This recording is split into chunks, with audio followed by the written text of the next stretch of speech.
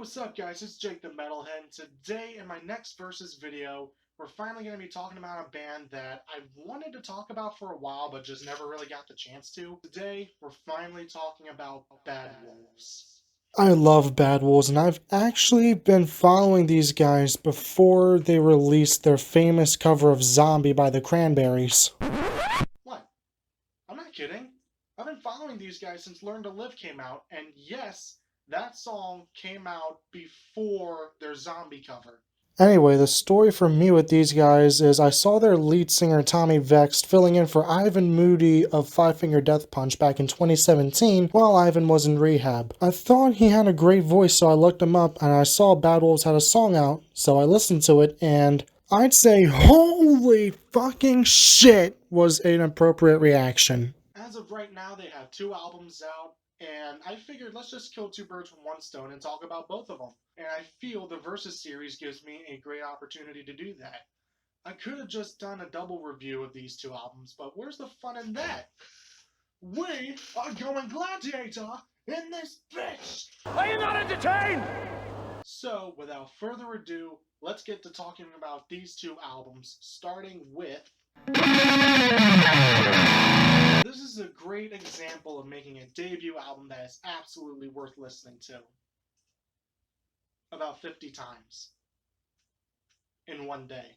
This album is another album I happen to hold in high regard. Hell, I'd say it's one of the best debuts from a modern band I've ever heard. They have a wide range of songs, so if you're not really into heavy stuff, there's still at least 1 or 2 songs that you'll enjoy. Bad Wolves do a great job of blending different styles to make their own unique sound, something where you can hear a song from either of these 2 records and go, this is Bad Wolves. Now, I'd like to talk about something I never usually talk about, the production. I never usually touch on the production of an album because, for me personally, I don't really care like how good the production is. The music quality always comes first with me. But in this case, the production on Disobey and Nation is some of the cleanest I've ever heard. Don't believe me? Play the beginning of Learn to Live in your car and tell me that bass doesn't wake you the hell up.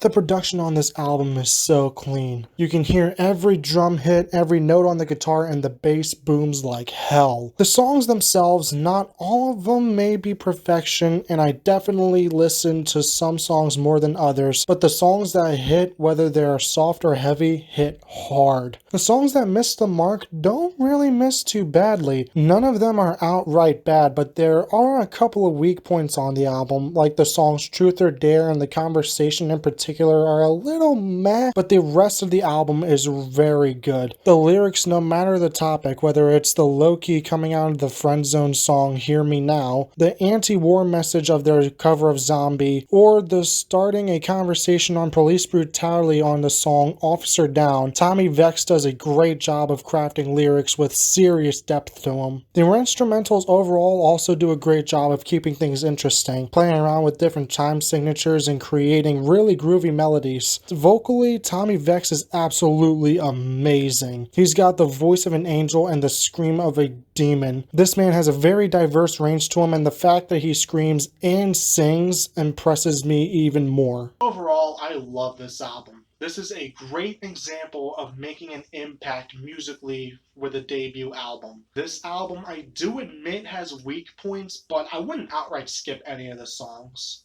I absolutely recommend this album to everybody. I guarantee you will find at least 1 song off this album that you like, whether it be one of the heavier songs or one of the softer songs. Now, do I hold their follow-up Nation in the same regard?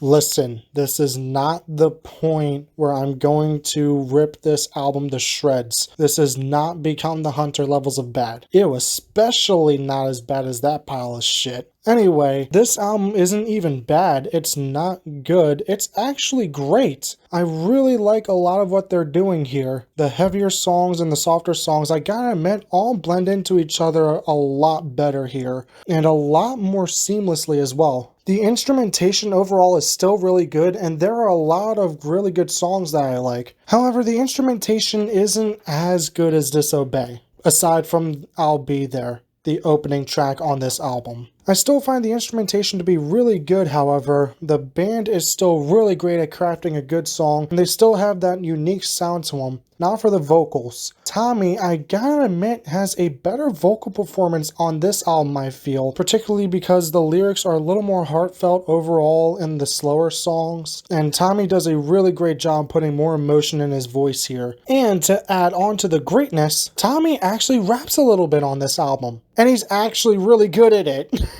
Yeah, he only really raps in I'll Be There. Wow, that song is really good. But he still delivers some really good lyrics. The song Sober overall has probably some of the best lyrics on this album, and it's the poppiest song on the record, and how in the blue hell did this not get on the pop charts? Like, I couldn't find anything about this song breaking through onto the pop charts. Like, it's got the poppy electronic drum beat, it's got the relatable lyrics, but the lyrics run miles around pretty much every song on the pop chart nowadays. But honestly, if any song should have broken through to the pop charts, it should have been this song. But hey. It is what it is. It is what it is. Overall, I feel this album still delivers. It's still well written, well produced. The lyrics, I feel, hit a little harder and are a little more well composed than Disobey's lyrics, despite not tackling nearly as many topics as Disobey does. Now to determine the winner. I've been saying it all video, Disobey wins. I like the album overall a lot more than Nation, and Nation is not a bad album by any means. The album's still great, but the personal impact that Disobey had on me is a little more significant. I still recommend both albums equally if you're looking for a new band to listen to that has serious talent and can deliver a little something for everybody. I know what you're waiting for at this point. You're waiting for me to make a trap joke. But nope, that's not happening this time. Chris Taylor Brown is a Nickelback stan, and that's all I need to say. And I know what you're thinking, because I've said in the past that I'm blocked on Twitter, so you're like, oh Jake, how do you have those tweets that you just popped up on screen? It's a thing called a second Twitter account, bitch.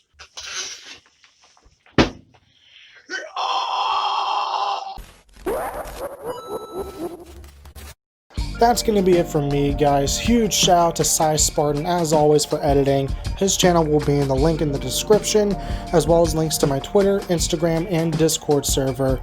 Be sure to give the video a like and leave a comment if you want to see more videos. There will also be a link to both albums in the description, so you can make an informed decision for yourself. As always, thanks for watching, and I'll see you in the next video. Peace.